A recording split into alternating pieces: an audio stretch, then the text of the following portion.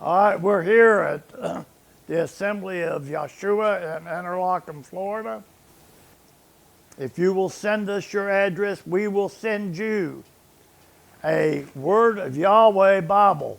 It's free of charge. We'll pay the postage and everything. It's basically a King James Bible with the correct names put in place of the wrong words and the wrong names. All right, tonight we're going to be talking basically about the two witnesses of Revelation chapter 11. This last Sabbath I spoke on the two groups of 144,000. And I said at that time that I couldn't understand. I spend a lot of time on YouTube. And I couldn't understand why I could not find anybody on YouTube, zero, who are teaching of two groups of 144,000. And it kind of bothered me because, as I said, Sabbath, I don't think I'm that smart. But it's obvious to me very easily to see that there are two separate groups of 144,000. The first group in the 14th chapter of Revelation, which are the first fruits. And I went through talking about how that Yahshua fulfilled the first fruits in that week that he was crucified, and how he fulfilled not only Passover, unleavened bread, but he fulfilled the first fruits. And the scripture says very plainly that the 144,000 in Revelation chapter 14 are the first fruits. So, chapter 7, it talks about a destruction coming upon the earth, and how that there were four angels, living creatures, that sent forth to destroy, to do the destruction. But one cried out and said, "Hold it, don't do any destructing until we have sealed the servants of Yahweh in their forehead." And it went on to say there were 144,000, 12,000 out of each tribe, sealed immediately before destruction. So it's not that hard for me to see two separate groups of 144,000. I don't understand, like I said, why others can't see it.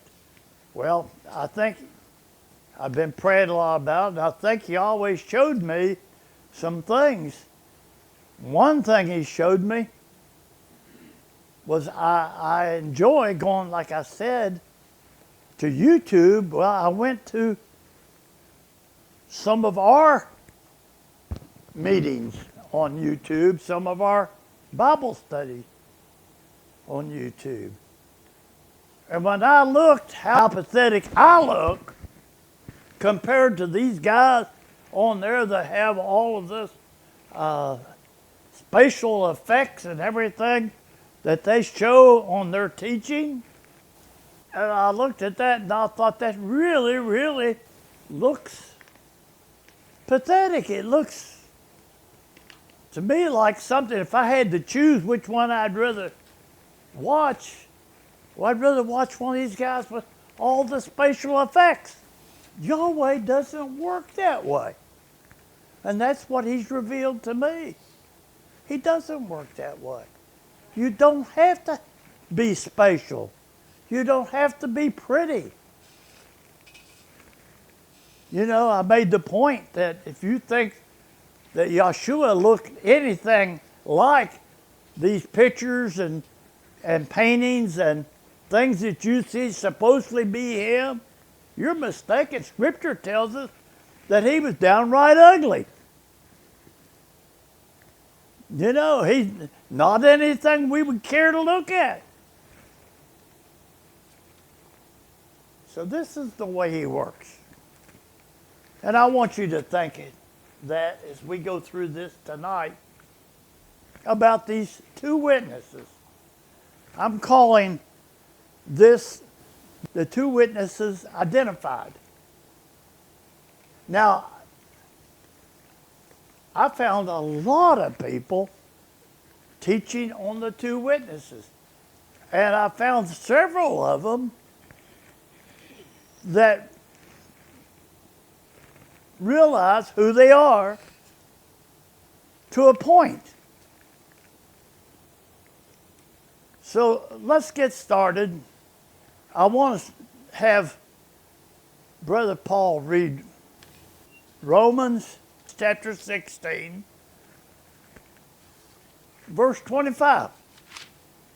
So, Romans chapter 16, verse 25, it says, "So now to him that is of power to establish you according to my good news and the preaching of Yahshua the Messiah, according to the revelation of the mystery which was kept secret since the world began." The mysteries were kept secret since the world began. So it shouldn't surprise anybody that these things are mysteries that we talk about here.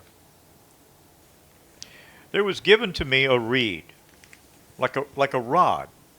And the angel stood up and he said, "Rise up and measure the temple of Elohim and the altar and those that worship within it. But the court that is outside the temple leave out, and do not measure it, for it is given to the Gentiles. And the holy city shall they tread under foot 42 months. Verse 3, "And I will give power to my two witnesses, and they shall prophesy 1,260 days, clothed in sackcloth. Now these are the two olive trees and the two candlesticks standing before the sovereign of the earth. And if any man will hurt them, or wants to hurt them, or tries to hurt them, fire proceeds from out of their mouth and devours their enemies. And if any man wants to hurt them, will hurt them, intends to hurt them, he must in this manner be killed." Verse 6, "These two witnesses have power to shut up the heaven, shut the sky, so that it does not rain in the days of their prophecy. And they have power over waters, to turn them to blood, and to smite the earth with all kinds of plagues as often as they want to, or as they will. And when they shall have finished their testimony, the beast that ascends from out of the bottomless pit is going to make war against them, and is going to overcome them and kill them. And their dead bodies are going to lie in the street of the great city, which is spiritually called Sodom and Egypt, where also our Master was impaled. And they of the people and kindreds and languages and nations are going to see their dead bodies 3.5 days, and will not allow their dead bodies to be put into graves." Verse 10, "And they that dwell upon the earth are going to rejoice over them, and they're going to make merry and send gifts to one another, because these two prophets tormented them that dwelt upon the earth. And after 3.5 days, the Spirit of life from our Elohim entered into them, and they stood up upon their feet, and great fear fell upon all those that saw them. And then they heard a huge, great voice from heaven saying to them, 'Come up here.' And they ascended up to heaven in a cloud, and their enemies watched them. And the same hour was there a huge earthquake, and the 10th part of the city fell. And in the earthquake were slain of men 7,000. And the remnant were terrified and gave honor to the sovereign of heaven." All right. So, several things we need to note here. Number one, these two shall prophesy 1,260 days, clothed in sackcloth. I have seen several people on TV and other places who have claimed to be either one of or the two witnesses. I failed to see any of them wearing sackcloth. Most of them wearing very expensive suit and ties and so forth. 1,260 days, which figures out to 3.5 years or 42 months. These are the two olive trees. And two candlesticks.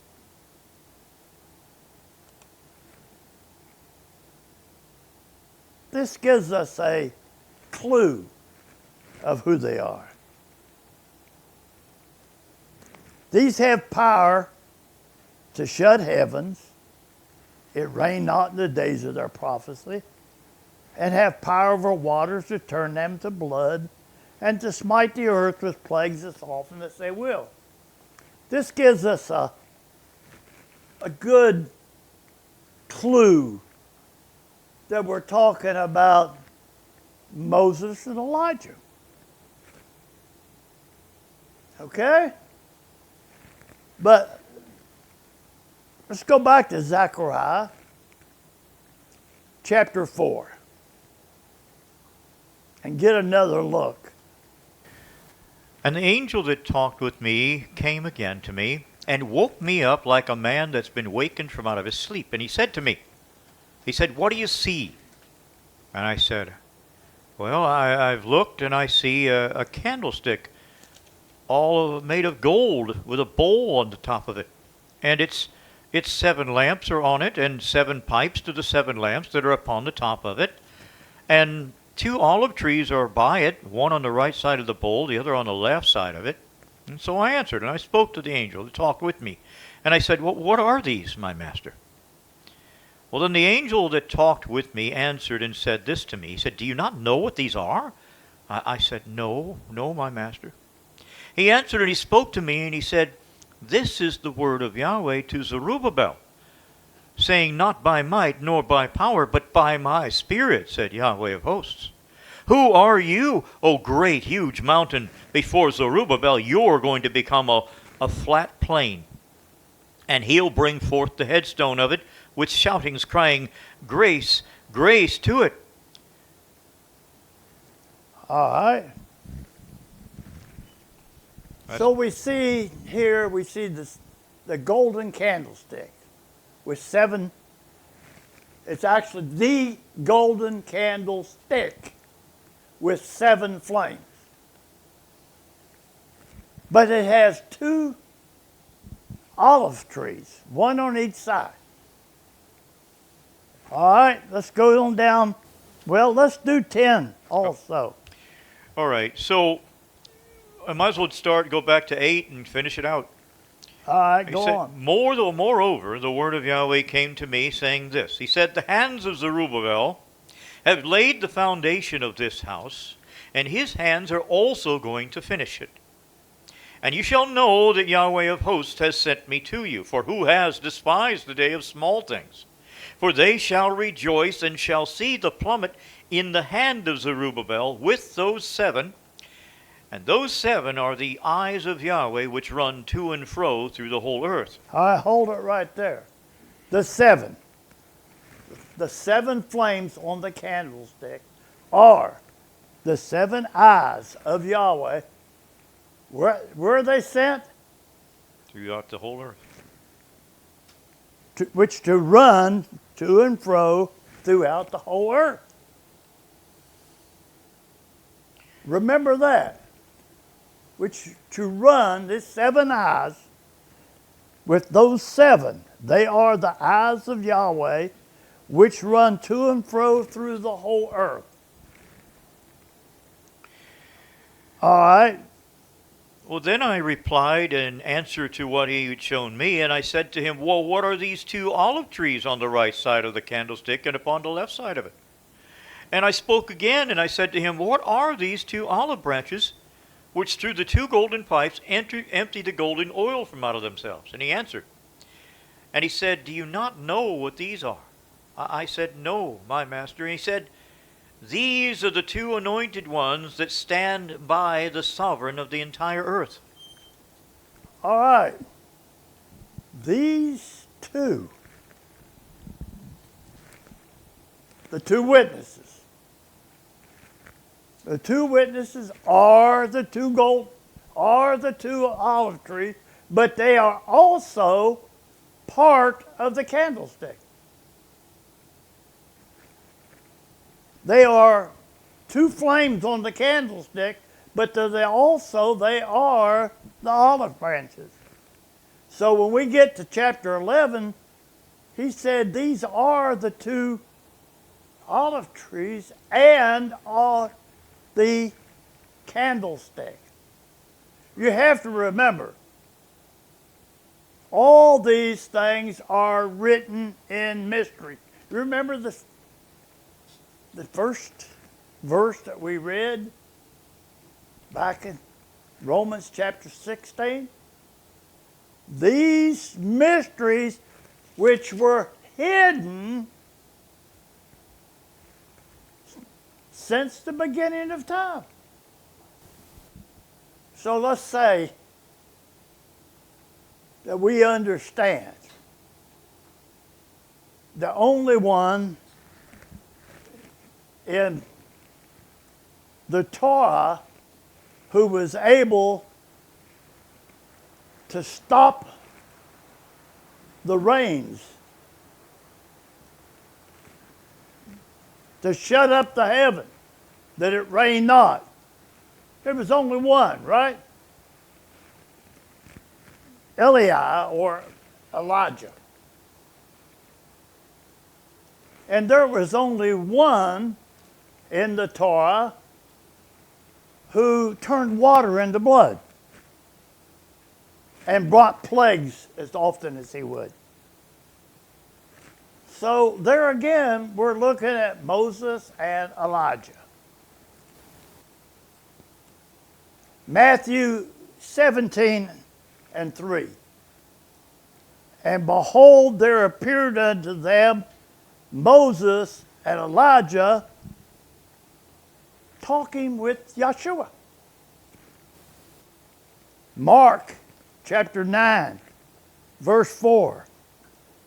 And there appeared unto them Elias and Moses, and they were talking with Yeshua. And behold, there talked with him two men, which were Moses and Elijah. I've heard people just don't get it. See, what people are not getting is this, that these seven are sent forth to the whole earth. Now, the two, one upon the right and one upon the left,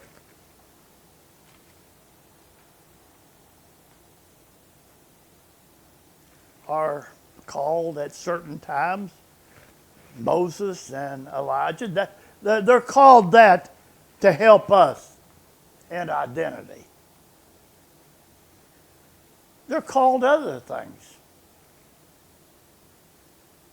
Sometimes they're called Michael and Gabriel.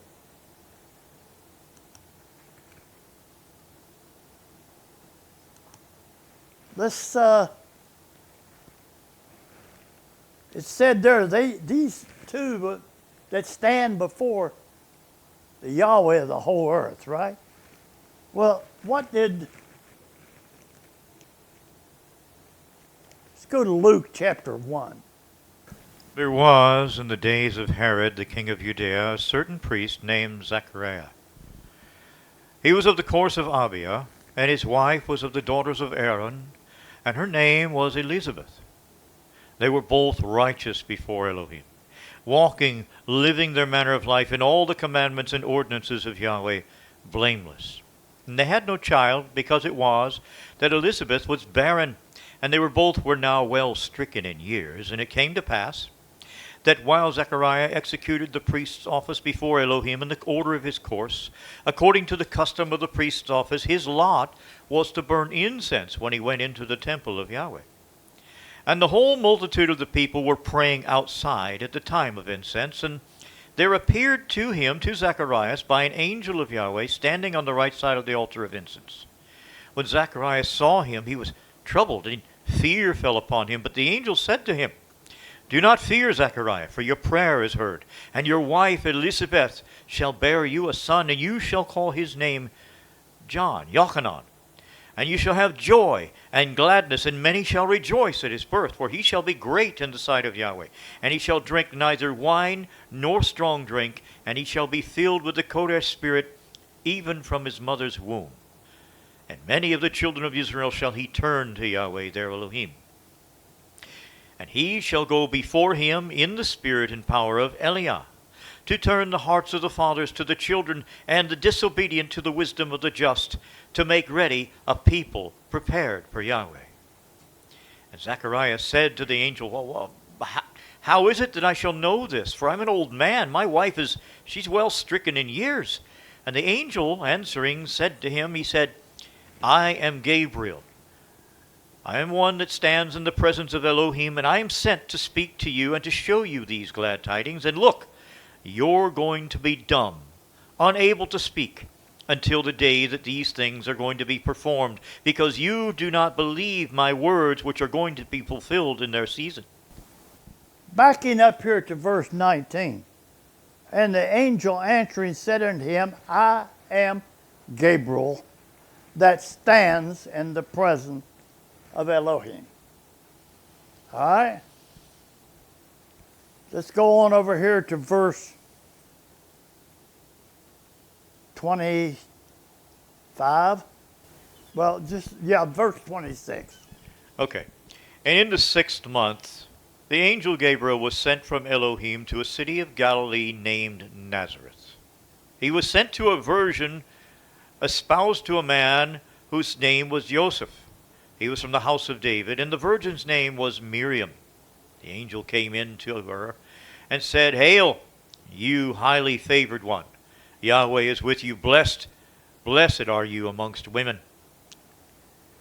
And when she saw him, she was troubled at what he said, and cast around in her mind about what manner of salutation or greeting this was be. And the angel said to her, 'Do not fear, Miriam, for you have found favor with Elohim. And understand, you're going to conceive in your womb, and you're going to bring forth a son, and you will call his name Yahshua. He shall be great. He shall be called the Son of the Most High. And Yahweh, Elohim, shall give to him the throne of his father David. And he shall reign over the house of Jacob forever, and of his kingdom there shall be no end.'" All right. Here again, Gabriel, the one that stands in the presence of Yah, right?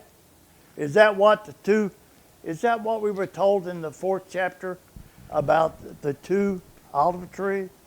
The 2 that stand in the presence of Yahweh.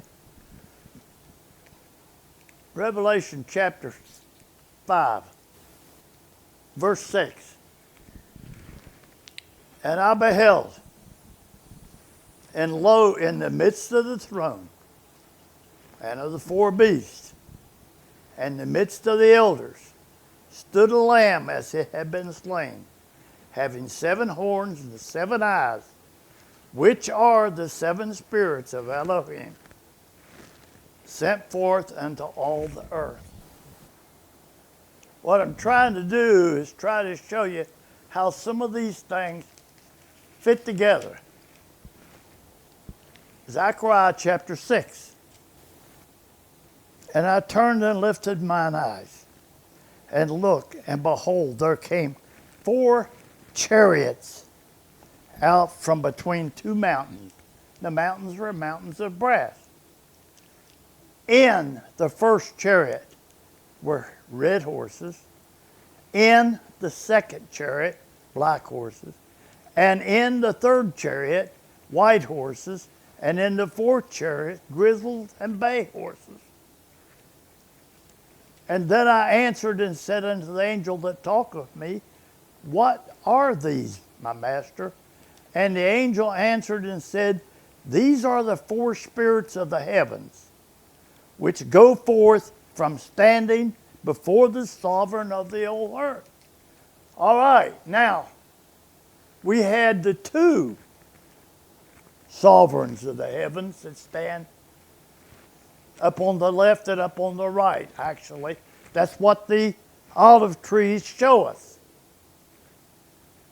One up on the left and one up on the right. Isn't that what it said? But here we see four standing before.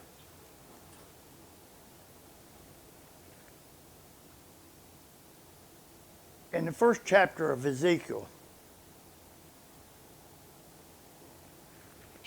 he saw, I'm limited on time, so I need to be a little careful. In Ezekiel chapter 1, we'll read this one, but I'm trying to get you to understand. There's four that stands before the throne, one upon each side, which comes to a total of 6. Also, out of the midst of it came the likeness of 4 living creatures, and this was their appearance. They had the likeness of a man. And every one of them had 4 faces, and every one of them had 4 wings, and their feet were straight feet, and the sole of their feet was like the sole of a calf's foot. It was cloven hoof. And they sparkled like the color of burnished brass, and they had the hands of a man under their wings on their 4 sides, and they 4 had their faces and their wings were joined one to another. They did not turn when they went every one straight forward. As for the likeness of their faces, they 4 had the face of a man, and the face of a lion on the right side, and they 4 had the face of an ox on the left side, and the 4 also had the face of an eagle. In this manner were their faces. And their wings were stretched upward.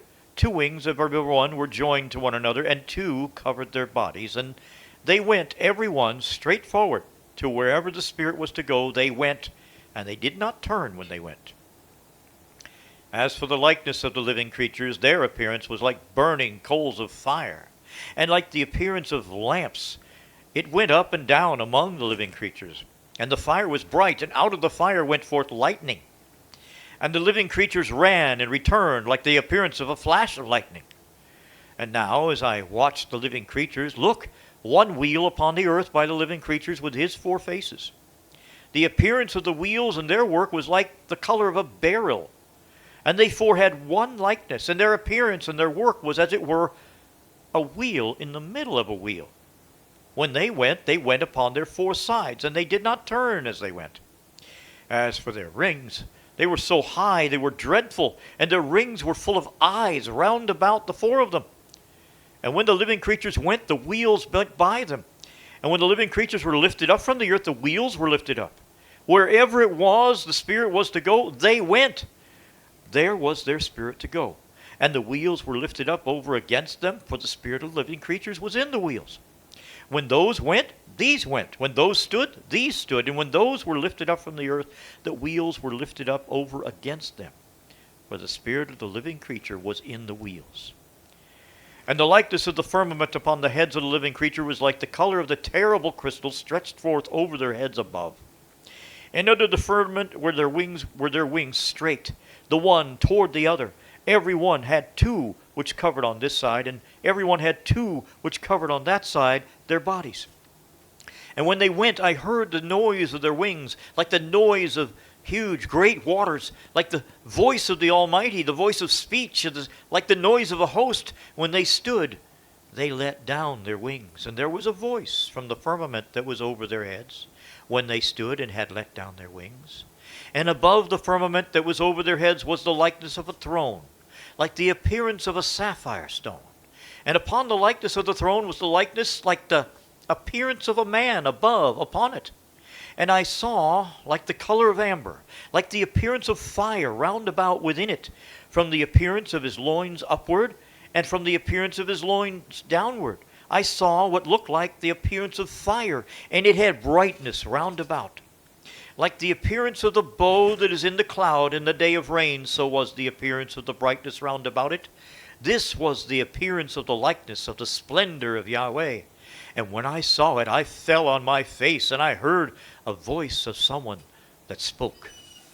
If you'll notice, it says, this was the appearance of the likeness of the splendor of Yahweh. The whole thing is. Not just the throne, not just the one on the throne, but the whole thing is the appearance of Yahweh. And chapter 10 is a repeat of this in Ezekiel with very slight changes. But if you'll notice, wheels. Where's these wheels come from? This is the chariot. This is the chariot. The chariots, if you'll notice in chapter 6, that the horses were in the chariots. The horses represent the judgments of Yahweh. The chariots are these four. In Revelation chapter 4, Revelation chapter 4, verse 1. After this I looked, and I saw a door was opened in heaven. And the first voice that I heard was what sounded like a trumpet talking with me, which said, "Come up here. I'll show you things which must be hereafter." And immediately I was in the Spirit, and look, a throne was set in heaven, and someone sat upon the throne. He who sat upon that throne was to look upon like a jasper and a sardius stone, and there was a rainbow all around the throne, in sight like to an emerald. And round about the throne were 24 seats, and upon the seats I saw 24 elders sitting, clothed in white raiment, and they had on their heads crowns of gold. And out of the throne proceeded lightnings and thunderings and voices, and there were 7 lamps of fire burning before the throne, which are the 7 spirits of Elohim. And before the throne there was a sea of glass like a crystal. And in the midst of the throne and round about the throne were 4 beasts full of eyes before and behind, in front and behind. And the first beast was like a lion, the second beast like a calf, the third beast had a face like a man, and the fourth beast was like a flying eagle.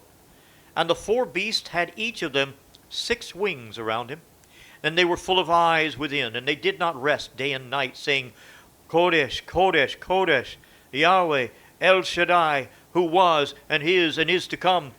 And when those beasts give praise and honor and thanks to him who sat upon the throne, who lives forever and ever, the 24 elders fall down before him who sat on the throne, and worship him who lives forever and ever, and cast their crowns in front of the throne, saying, You are worthy, O sovereign, our Elohim, to receive worship and honor and power, for you have created all things, and for your pleasure they are and were created. all right, what I've been trying to get through, and I don't have the spatial effects that a lot of these guys have. So I'm going to have to use your imagination here. You see the throne of Yahweh, and you have the 2, one up on the left side, one up on the right. And you have the 4 before. Now, we have proof in the scriptures that we read that these 2, Moses and Elijah, were actually these 2 up on the left and up on the right. The 4 that are before the throne. They're all sent forth to the earth. These 2 are going to be in human form which they should already be on the earth somewhere. Born, maybe teenagers, maybe 20, 30 years old by now. We really don't know how old they will be at the time of the 11th chapter of Revelation. But if these heavenly creatures come down here and live in human being, I believe the four are also. They're all sent forth to the earth.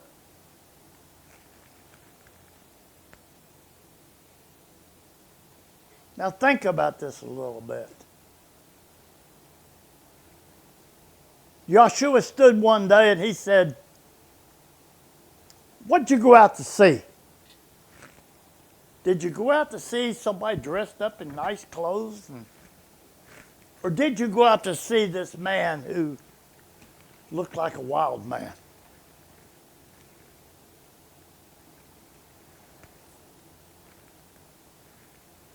And he said, "If you will receive it, there stands Elijah."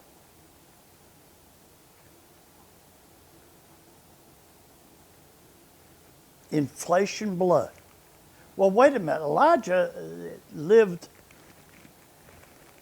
at least one time 1,500 years before.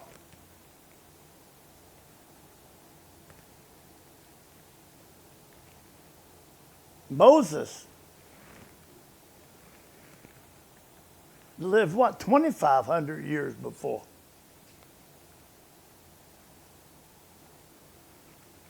Now, Moses died, and his body flopped over dead. And, of course, Satan said, "I want that body." But yet, the only place in the Bible it mentions the archangel. The archangel who was at one time in Hebrew, it means one like El. Michael, the archangel, stood there and resisted Satan. "You're not getting that body." Now, these are mysteries. These are mysteries that I don't claim to know the answer to all of them. I'm just trying to tell you is that there could be one or more of those four or two in this very room. Could be. Because when they come and ask John, "Are you Elijah?" "No." "But who are you?" "I'm one in the wilderness. I'm wandering around doing like I feel like I'm supposed to be doing."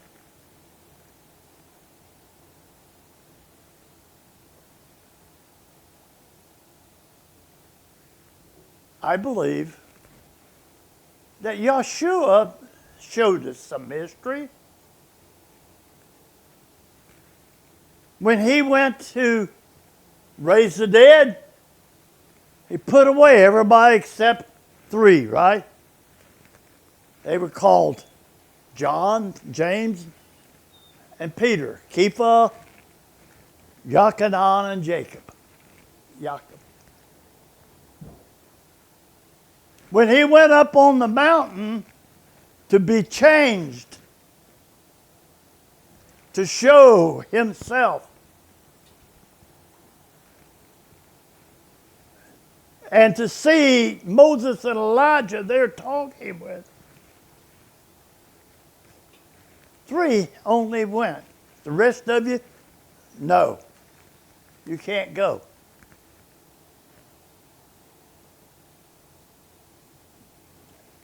I believe that there were 4 actually on the earth at that time, but one of them was born out of time.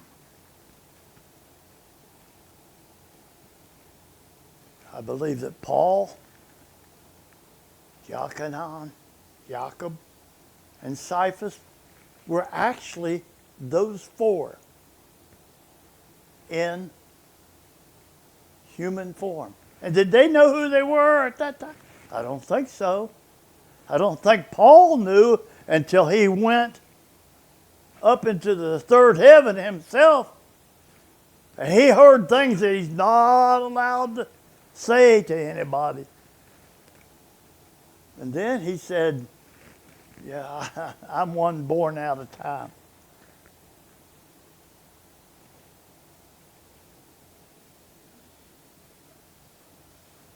I think these are secrets that it's good to know.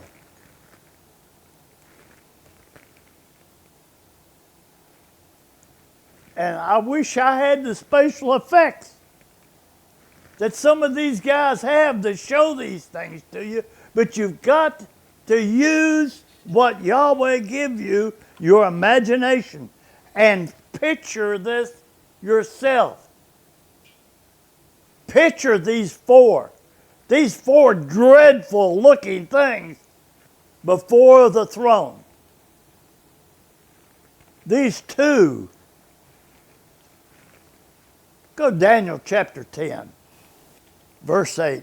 Therefore I was left alone and saw this great vision. And there remained no strength in me, for my comeliness was turned in me to corruption, and I retained no strength. The man died right there. Yet heard I the voice of his words. And when I heard the voice of his words, then was I in a deep sleep on my face toward the ground. And behold, his hand touched me, which set me upon my knees and upon the palms of my hand. And he said unto me, O Daniel, a man greatly beloved, understand the words that I speak unto you, and stand upright. For unto you am I now sent. And when he had spoken this word unto me, I stood trembling. Then said he to me, Fear not, Daniel, for from the first day that you did set your heart to understand and to chasten thyself before thy Elohim, thy words were heard, and I came for thy words. But the prince of the kingdom of Persia withstood me 21 days. But lo, the Michael, one of the chief princes, came to help me, and I remained there with the kings of Persia. And now I'm come to make you understand what shall befall thy people in the latter days. For yet the vision is for many days. And when he had spoken such words unto me, I set my face toward the ground, and I become dumb. And behold, one like the similitude of the sons of men touched my lips. Then I opened my mouth and spake and said unto him that stood before me, O my master, by the vision my sorrows are turned unto me, and I have retained no strength. For how can the servant of this my master talk with this my master? For as for me, straightway there remain no strength in me, neither is there breath in me. And then there came again and touched me one like the appearance of a man, and he strengthened me, and said, O man greatly beloved, fear not, peace be unto thee, be strong, yea, be strong. And when he had spoken unto me, I was strengthened. He said, Let my master speak, for thou hast strengthened me. Then said he, Knowest thou wherewith I come unto thee, and now I'll return to fight with the prince of Persia. And when I am gone, lo, the prince of Grecia shall come. But I will show thee that which is noted in the scripture of truth, and there is none that holdeth with me in these things, but Michael, your prince. Chapter 12. And at that time shall Michael stand up, the great prince, which standeth for the children of your people, which stands in for the children of your people. And there shall be a time of trouble as never was their nation, even to that same time.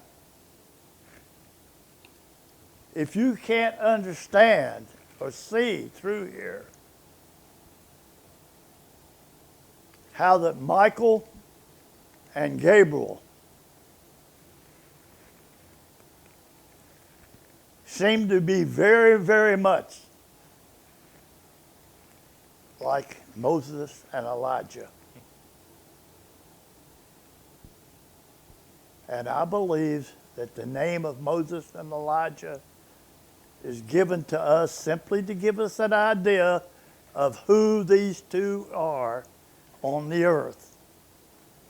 I believe they're the same as the ones in heaven, Michael and Gabriel. I hope somehow I've gotten this through to you. I've told you these things that you need to put together. Put it together. And I think you'll understand that the two coming witnesses are the two that stands, one upon the right side, one upon the left side. I could take it a step farther and give you all the scriptures, how that Yahweh says, I have done all things. I have saved all of you with my right hand. And you can put that together with all the scriptures that tell you that Yeshua has went to sit upon the right hand of Yahweh. It all fits together if you're able to put it together.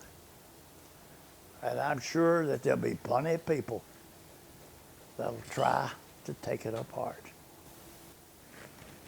Heavenly Father, ask that you help them put these things together. I've laid out all these things someplace separately, but they all fit together. I'm asking you, Father, help us put it together and understand it in the seven spirits of Yahweh. Hallelujah.